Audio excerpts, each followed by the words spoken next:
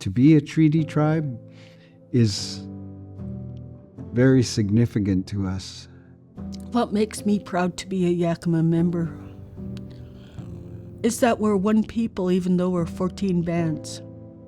We, the Yakama, might not be rich in monetary dollars, but we have a large land base and we have a lot of natural resources.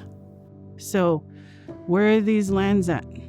They're on the east side of the Cascades, on Oregon and Washington. We travel all the way up towards Wenatchee, way up north. We travel all the way down to Central Oregon to gather foods. The way that my elders described it,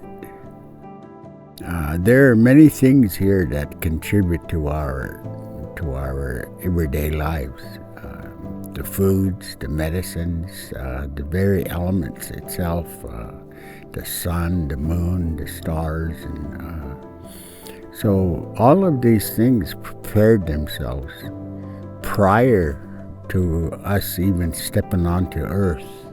The treaty that we hold so near and dear to our heart today is still very significant and strong today as it was when it was first put together.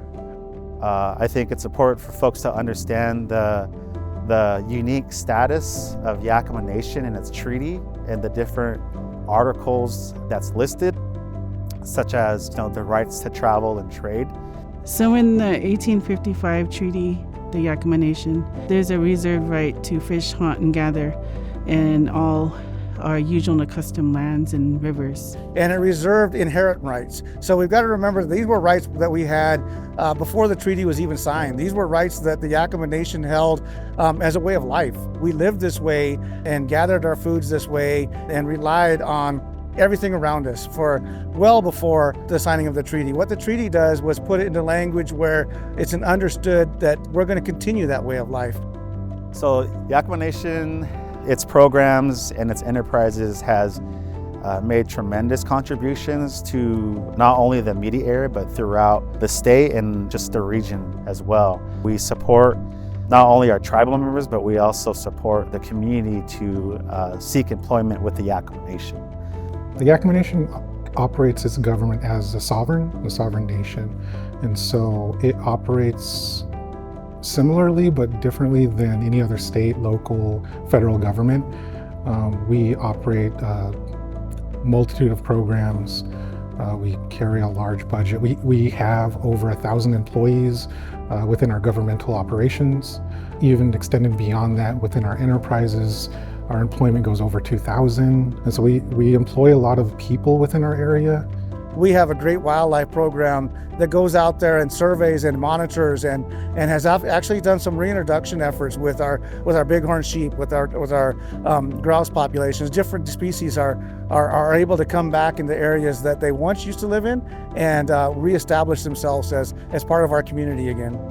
We also have our own supplementation facilities that help sustain fish populations throughout the region, the Pacific Ocean. Today we're meeting out here just outside Toppenish at the Marion Drain facility where we rear sturgeon in the facility we're standing in next to right now. Right adjacent to us we have another facility that we do summer Chinook and trout populations. The significance of it is just all the work we're doing for our fisheries and for fish that belong in the Columbia River, as well as the reintroduction of the summer Chinook to our Yakama systems. Sometimes you feel gratitude when you've succeeded in protecting a resource. The resources on the land, our people, the salmon, the deer, the roots, everything that we have is so important. There's no amount of money that we would accept to give that away. And so we have to remember that. We have to advocate for it, and we have to ensure that we leave those rights for future generations. I think one of the priorities of our council today is to really have our youth engage in some of the work that we're doing. To have an understanding of not only the uniqueness of Yakama, but the sovereignty that the nation has. And knowing and understanding that when I'm gone, that they will be growing in that they will learn the Yakama Nation strong and keep that going on behalf of their children and their great-grandchildren into the future. Because what we leave behind for them, they will carry on to their children. We're not going to go to another country. We're going to stay here forever. And we're caretakers of the rivers, of the mountains, of all these places. It's really a part of us. We have to ensure that we maintain our culture and our identity and passing that along, including our language, but also our practices. Let's work together to see how we can resolve some of these challenges. So, and Yakama Nation is always looking at those opportunities to partnership, to be unified and to, do things jointly. To me, Yakama Strong means that we continue to have strong leaders within our council, strong elders, strong followers, and that we will share this with our children because they're our future and they're going to carry this on for us. It's really carrying the teachings from the eldest to those yet unborn. So I'm proud that we are where we are, that we have what we have, and I do my utmost best to protect all those things that can't speak for themselves, such as our land, our water, and our foods, because those are what has sustained us through generations. The land doesn't belong to us. We belong to the land.